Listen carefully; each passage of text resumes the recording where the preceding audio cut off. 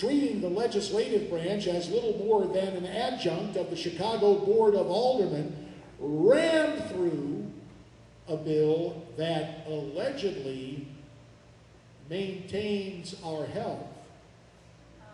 But you and I know it is designed to radically redistribute and take our wealth.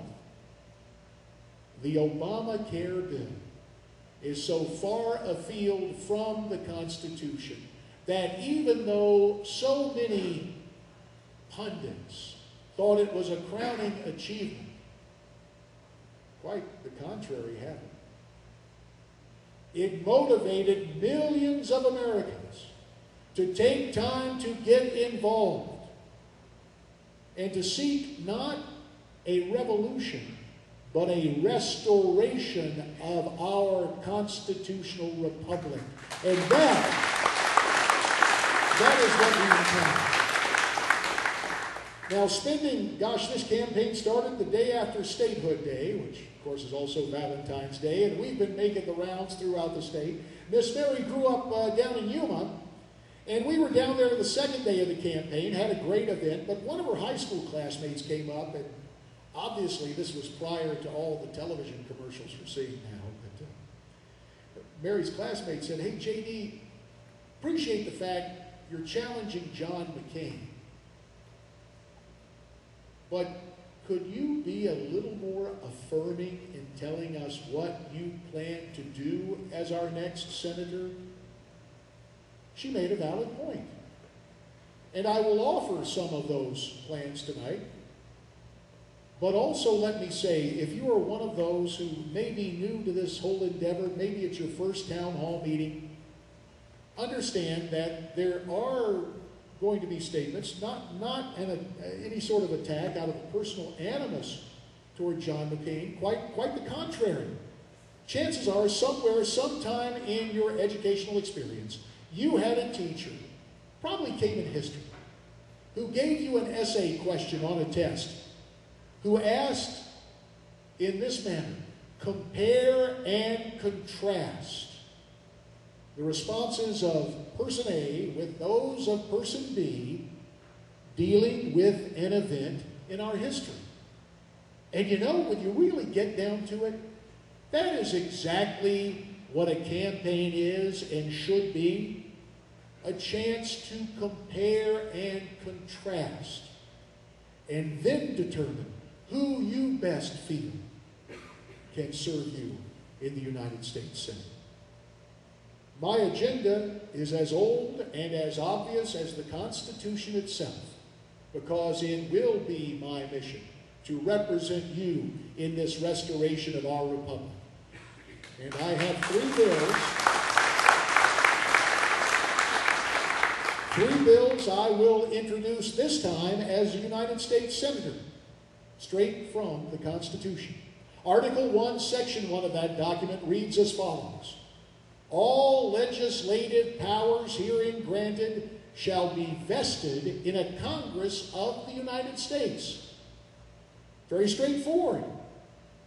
And yet, when you and I look back on the 20th century, I believe that we will be joined by historians who will talk about the rise of the de facto fourth branch of government, the rise of the regulatory bureaucracy, as Congress surrendered its law-making authority to regulators in the executive branch. Some of them cabinet-level agencies, but more often than not, a veritable alphabet soup of acronyms. FCC, FEC, OSHA, EPA.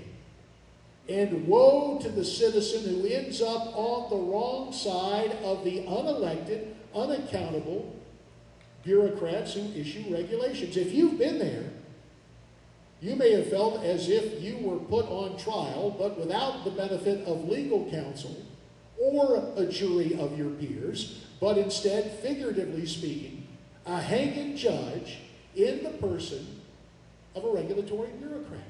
So how do we get the handle on that? I'll introduce the Congressional Responsibility Act, which would simply stipulate this. For every regulation formulated, see, we can't stop them from sitting there and dreaming these things up.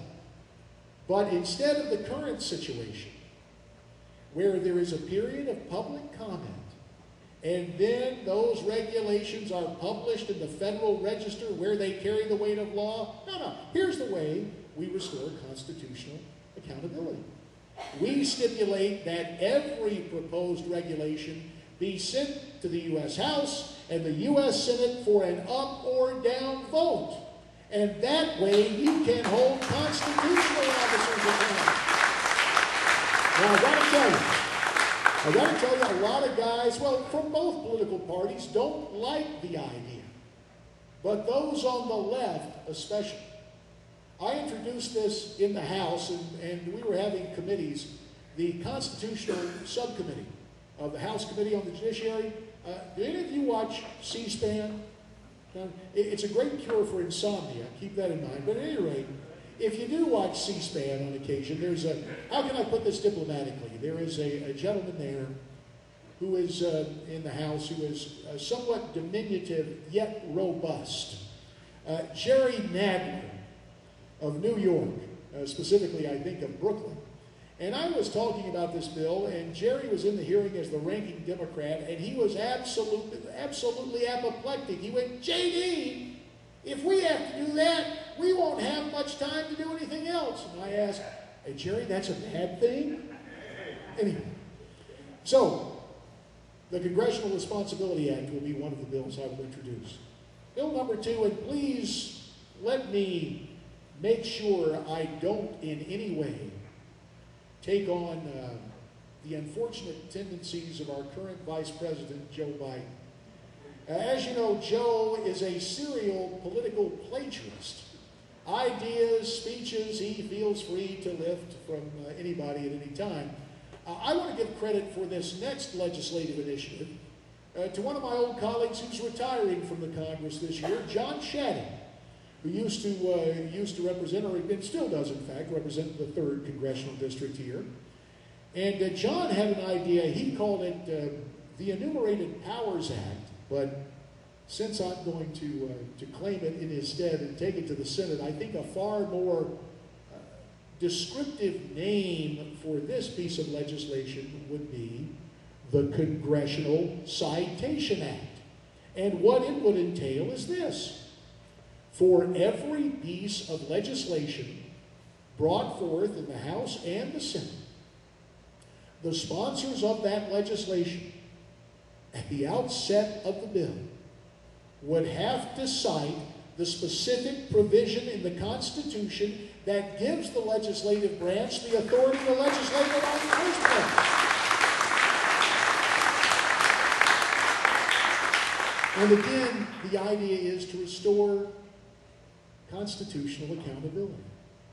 So I'll introduce the Constitutional Citation Act. Item number 3, and this is where we traverse into the area of comparison and contrast.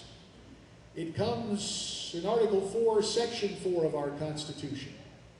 The United States shall guarantee to every state in this union a republican form of government and shall protect each against invasion. It is there.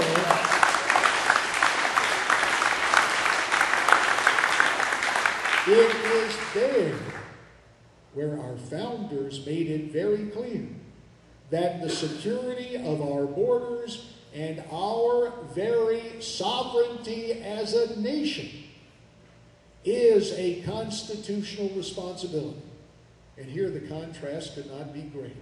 Because 5 years ago, when I was introducing the Enforcement First Act in the House of Representatives, and in many ways, Senate Bill 1070 here in Arizona does for Arizona what I wanted to do nationwide 5 years ago with the Enforcement First Act. At any rate, while I was introducing that piece of get tough constitutional legislation, my opponent was teaming with Ted Kennedy to write a bill that was given a poll driven title